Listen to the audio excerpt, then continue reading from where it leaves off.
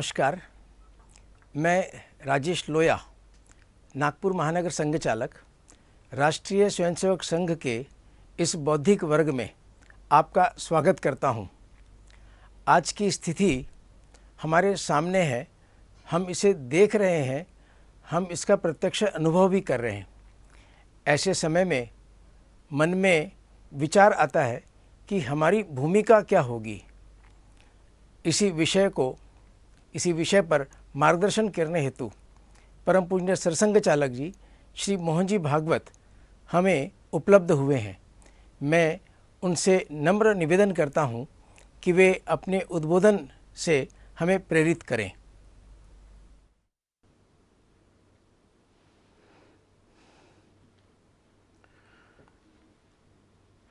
माननीय महानगर संघ चालक जी, संघ के अधिकारी गण, आत्मीय स्वयंसेवक बंधु, सज्जन वृंद, माता भगिनी,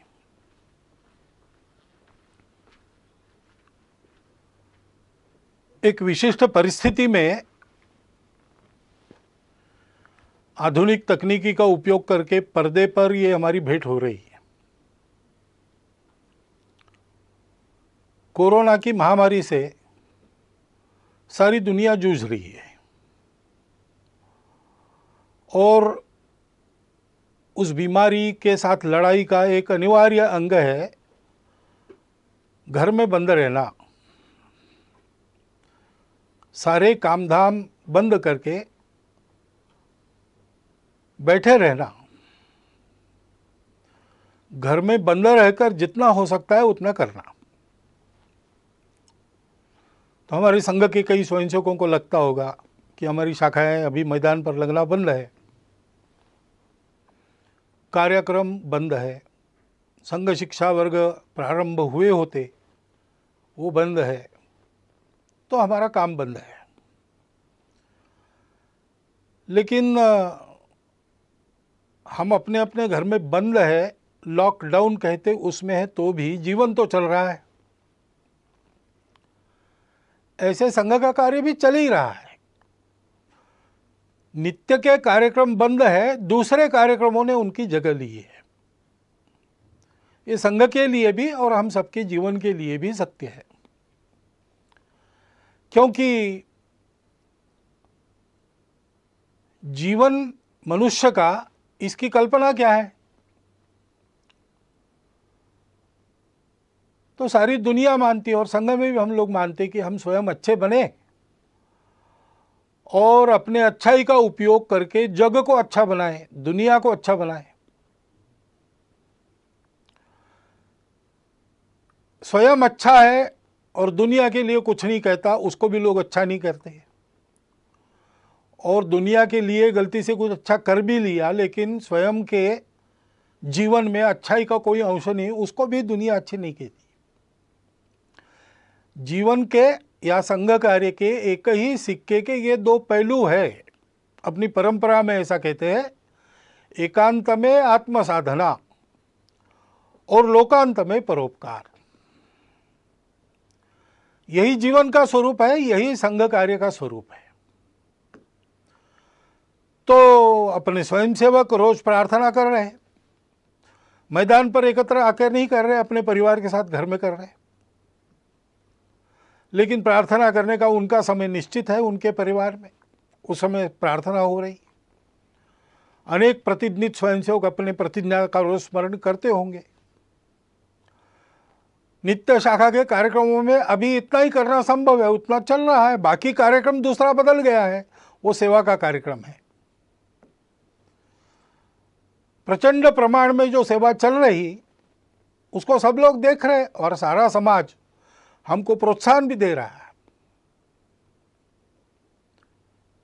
परंतु हमको ध्यान में रखना चाहिए कि ऐसा नहीं मानना चाहिए यही अपना कार्य है। कार्यक्रम अपना कार्य नहीं है। स्वयं अच्छा बनना और दुनिया को अपने प्रयास से अच्छा बनाना, ये अपना कार्य है। चीन देश में भारत से एक भिक्षु गए, तथागत के धम्म का प्रचार करने के लिए। कुछ वर्ष वहाँ काम करने के बाद उनको ऐसा लगा कि तथागत का एक चरित्र लिखा जाए चीनी भाषा में, वहाँ के जनता के लाभ के लिए। तो लिखकर तो तैयार हो गया, लेकिन उसको छापना है। तो वहाँ उनके जो संपर्क थे उन सब लोगों से वो मिले, उनसे धन इकट्ठा किया, बताया तथागत का चरित्र उससे छापेंगे। और सारा धन इकट्ठा होने के बाद छापने के लिए छापखाने में वो हस्तलिपि देना, कल देनी है, तो आज रात में एक बड़ा भूचाल आ गया और बहुत से देहात, बहुत से शहर तहस नहस हो गए। तुरंत सेवा कार्य में सब लोग लग गए। तो पुस्तक के लिए जो धन लाया था उसका स्वाभाविक उपयोग लोगों की राहत के लिए हो गया, वो धन समाप्त हो गया। इसलिए सारा वो राहत कार्य पूरा होने के बाद फिर से भिक्खू ने सबको बताया कि धन तो दिया था आप लोगों ने, लेकिन वो ऐसे काम में हो गया खर्च, तो और एक बार धन संकलन। फिर से वैसा किया। फिर जब छापखाने में जाना था, उसके पहले कुछ दिन एक बड़ी बाढ़ आ गई, फिर से राहत कार्य करना पड़ा, सारा संकलित धन उसमें व्यय हो गया। फिर जाकर लोगों को समझाया, लोग भी समझ गए। तीसरी बार धन संकलन हुआ, इस बार कोई आपत्ति नहीं। हस्तलिपि छापखाने में गई, मुद्रित होकर किताब तैयार हुई, किताब का धूमधाम से प्रकाशन हुआ लोगों ने, और उस किताब को बड़े श्रद्धापूर्वक खरीदा। और पढ़ने के लिए अपने अपने घर में जब लोगों ने उसको खोला तो पहले पन्ने पर लिखा था कि ये तथागत के चीनी भाषा में चरित्र की तीसरी आवृत्ति है।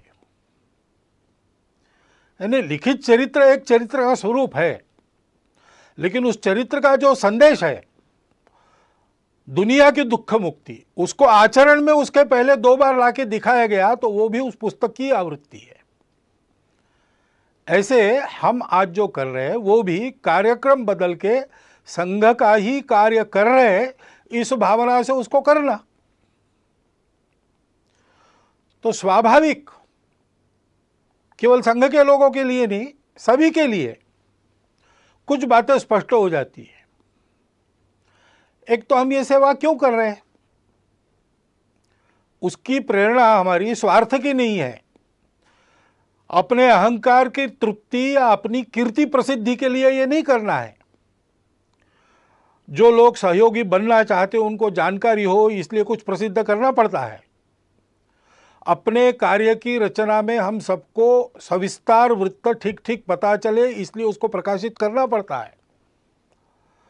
लोगों को प्रेरणा मिले, इसलिए भी ऐसे कार्य में आने वाले अनुभवों का लेखन प्रकाशन करना पड़ता है। परंतु अपना डंका बजाने के लिए हम ये काम नहीं कर रहे। हम काम कर रहे हैं, ये अपना समाज है, अपना देश है, इसलिए इस स्वार्थ, भय, मजबूरी, प्रतिक्रिया या अहंकार, इन सब बातों से रहित आत्मीय वृत्ति का परिपाक है ये सेवा। और इसलिए इस सेवा में हम लोगों को निरंतर लगना है, निरहंकार वृत्ति से लगना है, श्रेय दूसरों को देना है। और अभी ये जो विशिष्ट आपत्ति है उसमें जो सेवा करनी है उसमें लोगों का प्रबोधन भी करना पड़ता है, कई बातें बतानी पड़ती है। तो बताने का परिणाम तभी होता है जब हम उसका पालन करते हैं। और इसलिए कोरोना की महामारी के समय में अपने स्वास्थ्य को सुरक्षित रखने के जो जो नियम विहित है और हम लोगों को बताने वाले हैं, उन सबका पालन पहले अपने को करना है। वो पालन करते हुए भी हमको काम करना है। घर के बाहर निकलना पड़ेगा, लेकिन नियम बना है कि उसके लिए अनुमति चाहिए। लॉकडाउन है तो अनुमति पूर्वक ही काम करना, फिजिकल डिस्टेंस रखना है, अंतर रखना है, वो अंतर रखकर काम करना पड़ेगा। छोटी छोटी बातों में भी सहज रहकर स्वयं उसके पालन का उदाहरण बनकर हमको लोगों को बताना है। और हम ये कर सकते हैं। महामारी नई है, उसने कहर मचाया है, लेकिन उससे डर जाने की आवश्यकता नहीं है। डरने से काम नहीं होता, डरने से संकट का बल ज्यादा बढ़ता है। अपना संतुलन कायम रख के मन में भय का लवलेश न रखते हुए ठंडे दिमाग से कौन से उपाय करने हैं, कैसे करने पड़ेंगे, क्या क्या करना पड़ेगा, इसकी योजना बनाकर हम काम करते हैं तो वो काम यशस्वी होता है। आत्मविश्वास युक्त ऐसा अपना सुनियोजित प्रयास करना है, भय से रहित होकर, और सातत्यपूर्वक प्रयास करना है, क्योंकि ये बीमारी नहीं है। इसमें निश्चित क्या क्या हो सकता है इसके अनुमान लगते, जैसे जैसे अनुभव आता है वैसे ही पता चल रहा है। और इसलिए अब ये कितना चलेगा पता नहीं, जल्दी से जल्दी समाप्त हो ये पूरा प्रयास हम करेंगे, लेकिन जितने दिन चलेगा उतने दिन पीड़ित लोगों को राहत देने के और ये बीमारी न फैले उसके प्रयास जारी रखने पड़ेंगे। बीच में ही छोड़ दिया तो यशस्वी नहीं होंगे। एक आदमी सब तरफ से कंगाल हो गया, निराश हो गया, उसको ऐसा लगा हम आत्महत्या करेंगे, लेकिन कुछ उसके जेब में पैसा था, कुछ दिन जीने का सामान उसके पास था, तो उसको ऐसा लगा कि पहले इसको खर्चा कर देते हैं और बिल्कुल ही कफलक होकर मर जाएंगे। इसलिए वो बड़े शहर में गया कि वहां पर जुआ खेलेंगे और ये सारा धन उड़ा देंगे, फिर मर जाएंगे। लेकिन वहां जाने के बाद उसको पता चला कि उस गांव के पास, उस शहर के पास एक बहुत लंबी चौड़ी जमीन थी जिसमें मैंगनीज मिलेगा ऐसा लगता था। इसलिए 2-3 माइनिंग कंपनीज ने वहां आकर खुदाई की, 250 फीट नीचे गए लेकिन मैंगनीज मिला नहीं, निराश हो गए। इसलिए उसका लीलाव वो करने वाले थे, तो उसको लगा कि ये भी एक जुआ है, चलो जाके बोली बोलेंगे। अब इतना तो धन नहीं था उसके जेब में कि इतनी बड़ी जमीन खरीदी कर सके, लेकिन वो 250 फीट की जमीन नहीं थी, 250 फीट का लंबा चौड़ा गहरा गड्ढा बना था, उसको कौन खरीदेगा। उस नीलाम में कोई आया ही नहीं, यही अकेला पहुंचा, इसलिए इसके जेब में जितने पैसे थे उतने में उसकी जमीन हो गई। अब जो मजदूर वहां काम कर रहे थे उनको उस दिन की मजदूरी कंपनी ने दे दी थी, तो उन्होंने आके पूछा क्या करें, काम अभी बंद करें कि 5 बजे तक करें और बाद में छोड़े। तो उसने कहा आपने पैसे लिए हैं तो 5 बजे तक काम करो। उन्होंने 5 बजे तक खुदाई की, 3 फीट और खोदा, उसमें जो नमूने मिले उसमें मैंगनीज मिल गया, और कंगाल बना हुआ वो आदमी मैंगनीज की खदानों का मालिक, बाद में एक रेलवे कंपनी का मालिक, ऐसा सब कुछ बन गया। फिर से उसका जीवन बन गया। उसने लेख लिखा, वो मैंने पढ़ा, रीडर्स डाइजेस्ट में आया था, कहानी अमेरिका की है, लेकिन उसका शीर्षक था difference between the success and failure is 3 feet. 3 feet के अंतर के लिए अपना सातत्य खदान मालिकों ने छोड़ दिया तो वंचित रह गए, और 3 फीट और खोदने का दम इसने दिखाया तो इसको वैभव मिल गया। इसलिए ऐसा सातत्य अपने प्रयासों में चलना चाहिए, ऊबना नहीं चाहिए, थकना नहीं चाहिए, करते रहना चाहिए, सबके लिए करना है, इसमें कोई भेद नहीं है। जो जो इसके पीड़ित है वो हमारे अपने हैं। भारत ने तो जिन दवाइयों के और निर्यात पर बंदी लगाई थी, दुनिया के हित के लिए उसको हटाकर थोड़ा बहुत अपने तरफ नुकसान लेकर भी दवाइयाँ भेजी है। जो मांगेंगे उसको देंगे, क्योंकि ये हमारा स्वभाव है। हम मनुष्यों में भेद नहीं करते, और ऐसे प्रसंगों में तो बिल्कुल नहीं करते। सब अपने हैं, जो जो पीड़ित है, जिसकी जिसकी आवश्यकता है, उन सब की सेवा, जितनी अपनी शक्ति है उतनी सेवा करनी है।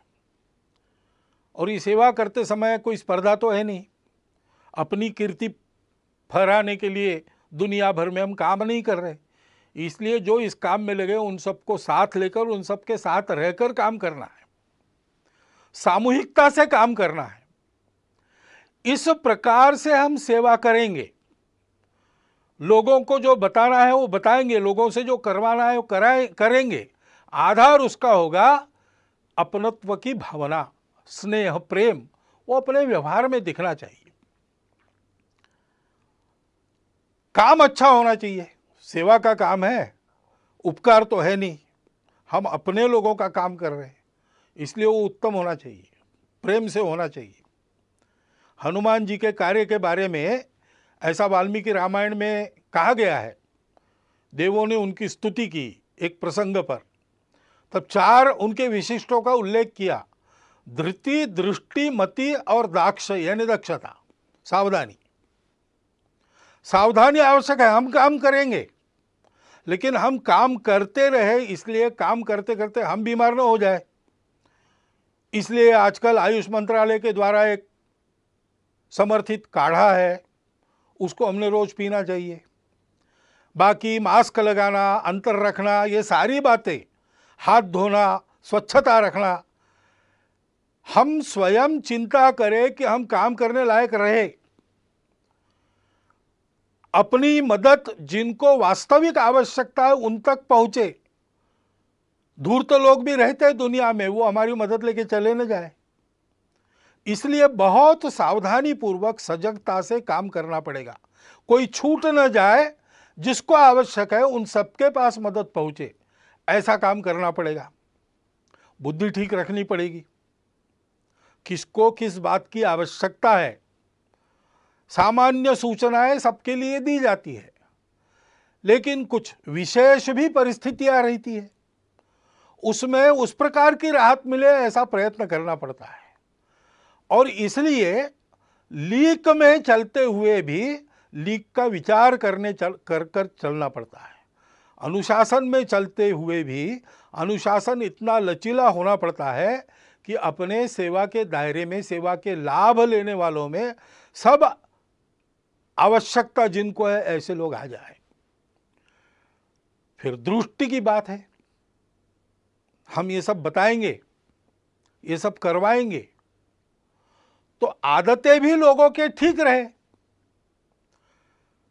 आदतें ठीक न रखने के कारण भी ये बीमारियां आती है। तो ये अनुभव लोग ले रहे हैं, अब उनकी मनोभूमिका तैयार है, तो हमने अच्छाई का प्रचार प्रसार भी लगे हाथ करते रहना चाहिए। ये केवल कार्यक्रम नहीं है, इसमें से हम लोगों के जीवन को सुरक्षित कर रहे हैं और लोगों के जीवन को गढ़ भी रहे हैं।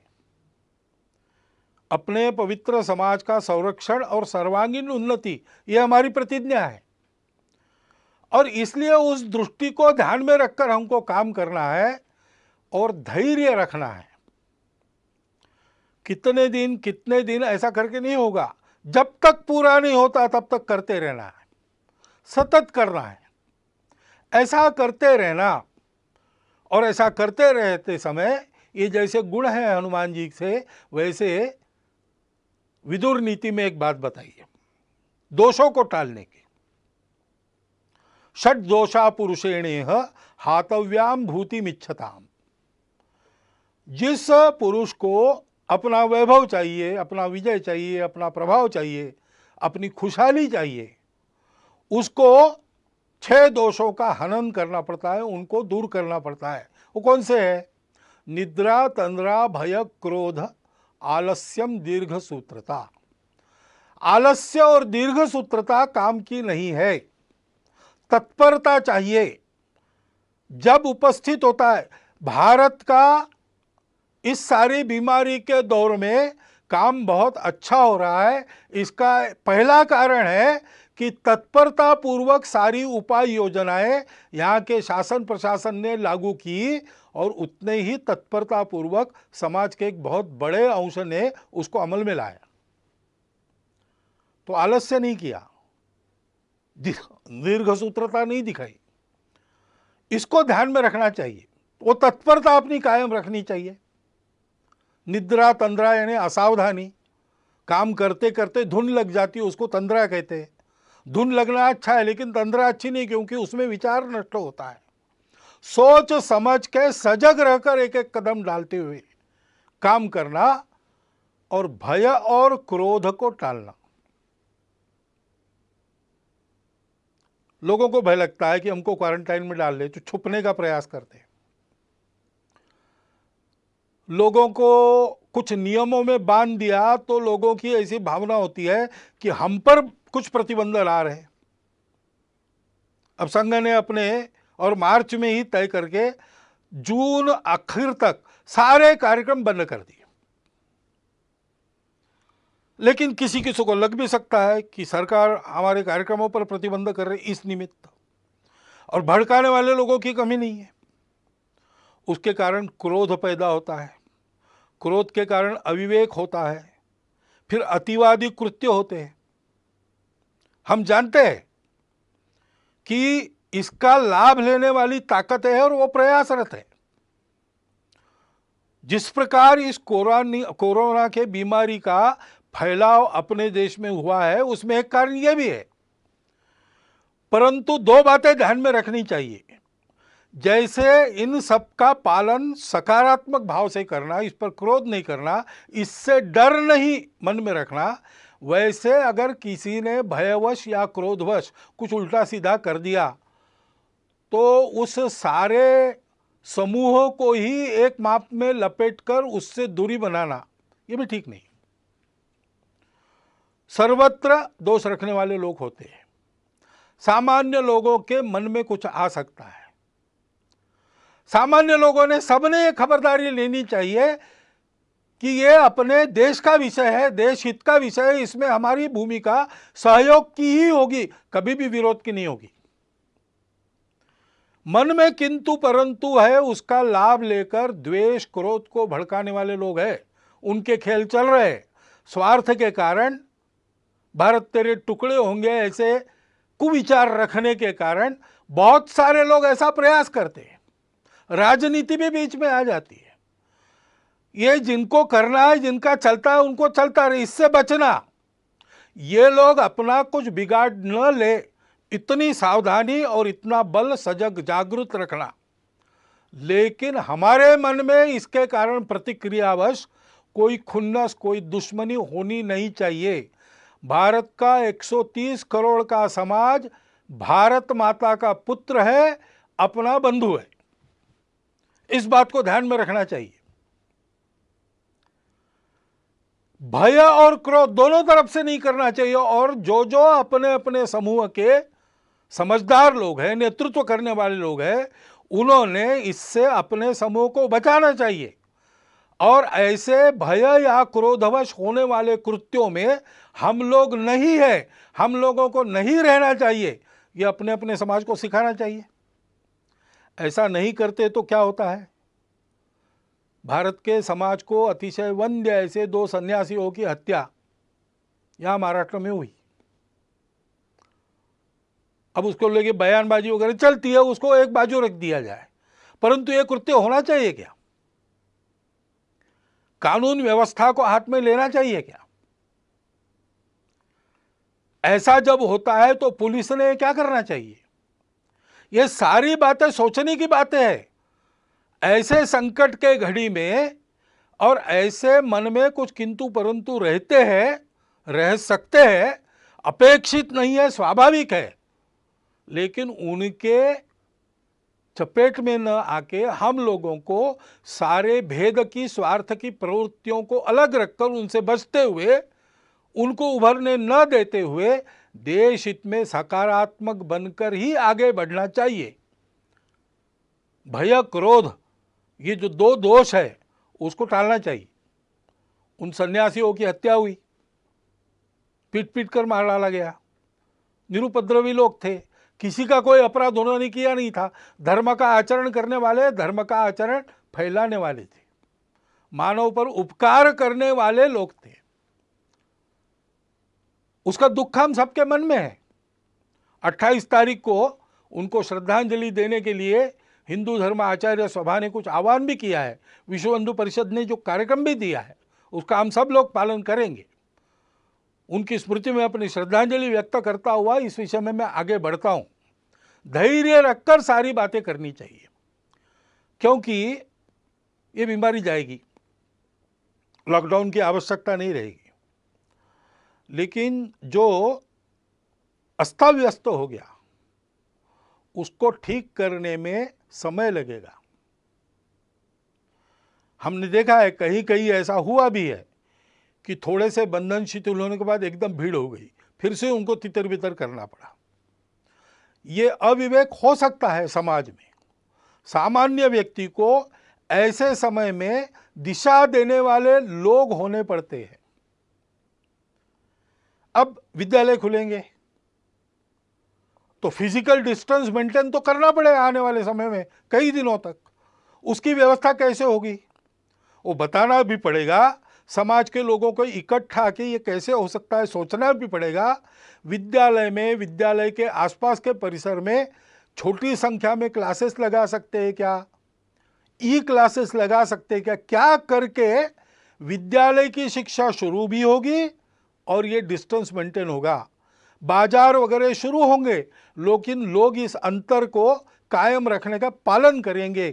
फैक्ट्री उद्योग शुरू होंगे तब भी भीड़ नहीं होगी, अंतर रखकर अनुशासन से लोग चलेंगे। इसके लिए चिंता करने की आवश्यकता है। यानी राहत पहुंचाने का काम शायद कम हो सकता है, परंतु फिर से ये बीमारी न आए, उतावली न हो, इसके लिए समाज को दिशा देने का काम हमको करते रहना पड़ेगा।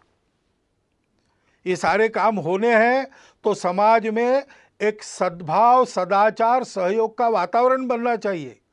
समाज के सारे जनमान्य लोगों को इकट्ठा करके उनके द्वारा ये बात करवानी होगी। संवाद रखना पड़ेगा। अनुशासन पालन के बारे में स्वयं का उदाहरण और उपदेश उन लोगों को रखना पड़ेगा। उसके लिए उनके साथ भी बात करनी पड़ेगी। लोगों की क्षमता, प्रतिकार क्षमता बढ़े। कई आयुर्वेदिक उपाय है, योग है, व्यायाम है, तरह तरह के प्राणायाम है। उपाय तो अपना स्वास्थ्य मंत्रालय भी बता रहा है और जगह जगह के चिकित्सक भी बता रहे हैं। उसका नित्य नियमित आचरण करने का एक क्रम कुटुंबों में चलना चाहिए। कुटुंबों में संस्कार का वातावरण होना चाहिए। शांत दिमाग से किसी भी भय यानी पैनिक के चपेट में हम न आते हुए जो करना है वो करते हुए ठीक से करना, इस प्रकार का स्वभाव बनने के लिए कुटुंब में भी उस प्रकार के स्वभाव का संस्कार होना चाहिए।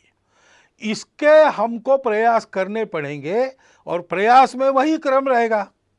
हमको उदाहरण बनना पड़ेगा, हमको समुपदेशन करना पड़ेगा, हमको अपनी सेवा से सबको जोड़ना पड़ेगा और सबका सहयोग जुटाना पड़ेगा। ये बीमारी पहली बार आई है इस प्रकार की सारे दुनिया में एक साथ। शायद ही पिछले और कुछ शतकों के इतिहास में विश्व पहली बार ऐसे संकट का सामना कर रहा है। तो संकट तो है और हम लड़ तो रहे, लेकिन ये संकट कुछ सिखा भी रहा है। जैसे प्रधानमंत्री ने ही पिछले दिनों में कहा सरपंचों को कि ये संकट हमको स्वावलंबन की सीख दे रहा है।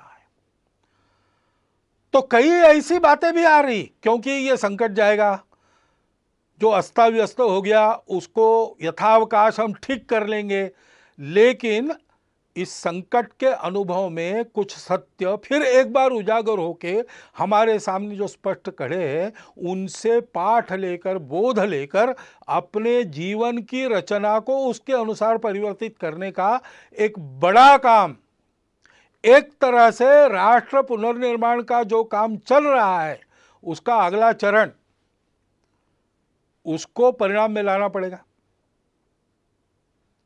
और बहुत से लोग शहरों से चले गए अपने अपने गांव में, सबके सब वापस आएंगे क्या? जो गांव में रह जाएंगे उनको रोजगार की क्या व्यवस्था होगी? जो वापस अपने काम पर आएंगे उन सबको काम देने की उद्योगों की या उनके मालिकों की स्थिति होगी क्या? क्योंकि उनके भी सारे कारोबार ठप पड़े। ऐसी अवस्था में इनका रोजगार भी कायम रहे और उस समय के सीमित साधनों में सब चल सके, इसके लिए सबको कुछ न कुछ छोड़ना पड़ेगा। उसके लिए मन की तैयारी करनी पड़ेगी, समझदारी बरतनी पड़ेगी, उसका भी उपदेश करना पड़ेगा, उसको भी समझाना पड़ेगा। और अगर स्वावलंबन ये इस आपत्ति का संदेश है तो स्वावलंबन में अपना स्व क्या है? उस स्व आधारित तंत्र का अवलंबन हमको करना पड़ेगा। कम ऊर्जा खाने वाला, रोजगार मूलक, पर्यावरण को न बिगाड़ने वाला ऐसा विचार हमारे ही पास है। उसके आधार पर एक युगानुकूल रचना अपने अर्थनीति की, अपने विकास नीति की, अपने तांत्रिकी की हमको करनी पड़ेगी।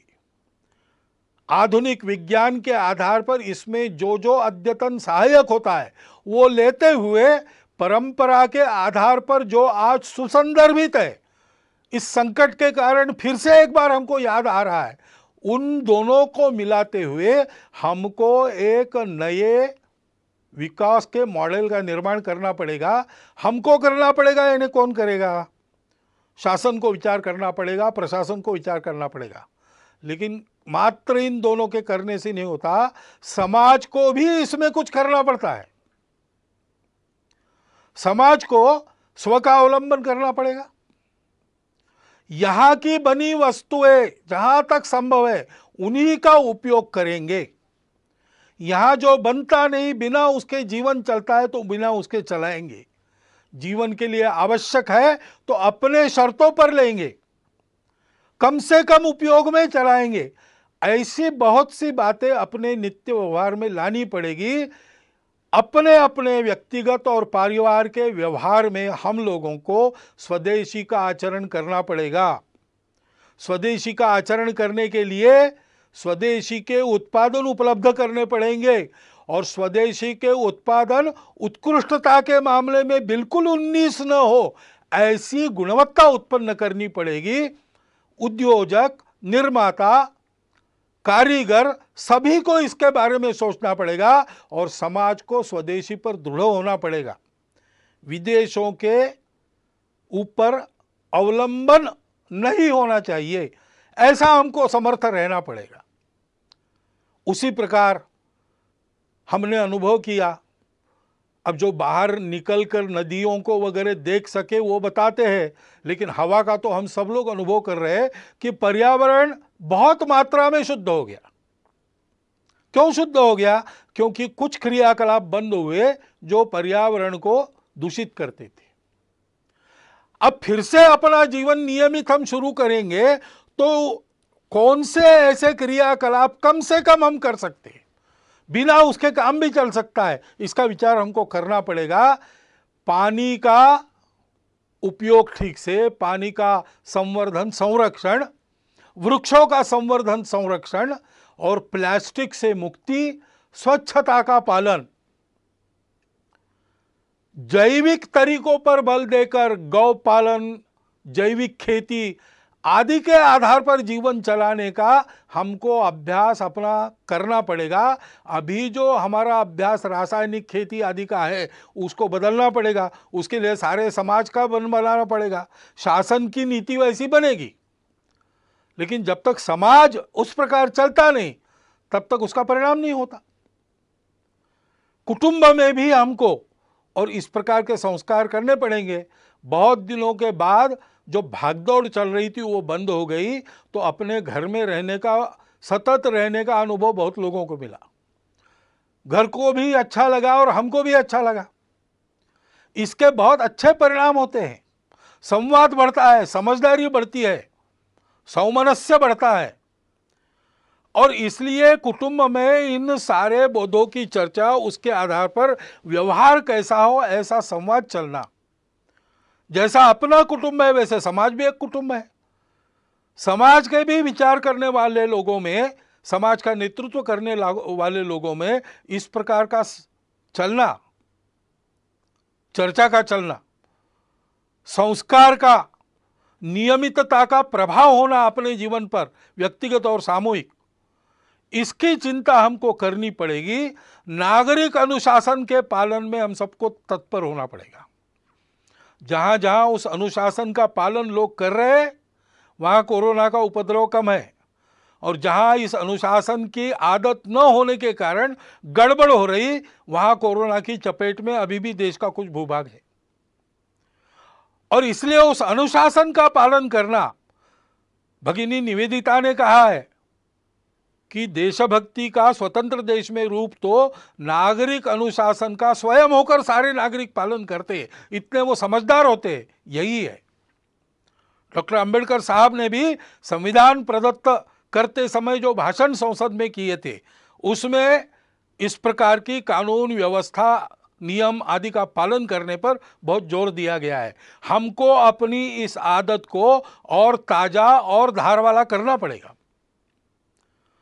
उसी प्रकार समाज में सद्भाव का वातावरण, सहयोग का वातावरण, शांति का वातावरण बनाना पड़ेगा। शासन तो संस्कार मूलक शिक्षा नीति जल्दी लाना पड़ेगा उनको, क्योंकि ये सारे काम शासन की नीति, प्रशासन का नीति को ध्यान में रखकर समाज को अपना मानकर अमल करने का तरीका और समाज का आचरण से सहयोग, इन तीनों बातों के एकत्र आने के बाद ही संभव होता है। तो शासन जैसे अपने प्रशासन को समाजोन्मुख करेगी, राजनीतिक लोग अपनी राजनीति को स्वार्थ मूलक से हटाकर देशहित मूलक बनाएंगे, शिक्षा जैसा संस्कार देने वाली परिवर्तन अपने आप में करेगी, वैसे हम सब लोगों का व्यवहार भी वैसा होना पड़ेगा। भविष्य के लिए भी यह संकट बहुत कुछ बताकर जा रहा है, उसका विचार करके हमको अपने जीवन के नए मानक का विचार करते हुए उसको आचरण में लाना पड़ेगा। हम सब लोग मिलकर आत्मविश्वास से इस अपने देश और अपने समाज के अपनत्व को मन में रखकर इस देश को इस संकट से निकालकर सारे विश्व की मानवता का नेतृत्व करने वाला देश बनाने के लिए आत्मविश्वास पूर्वक प्रयत्नों का, परिश्रमों का सातत्य अपने कर्तृत्व में रखकर फिर एक बार हमको सक्रिय होना पड़ेगा। इसकी आवश्यकता है। हमारी भूमिका विश्व में और अपने देश में हम सब की यही है कि इस संकट को अवसर बनाकर हम एक नए भारत का उत्थान इस सारे संकट को अवसर बनाकर उसमें से करें, ऐसी हमारी भूमिका हो। इसलिए जो मेरे विचार में आवश्यक बातें मुझे लगती थी वो मैंने आपके सामने रख दी है। संघ के सारे स्वयंसेवक ऐसा सोचते ही है और ऐसा करेंगे ही, परंतु संपूर्ण समाज में सभी को ऐसा होने की आवश्यकता है। इतनी एक बात को मैं आपके सामने रखता हूं और अपना यह निवेदन पूर्ण करता हूं। धन्यवाद।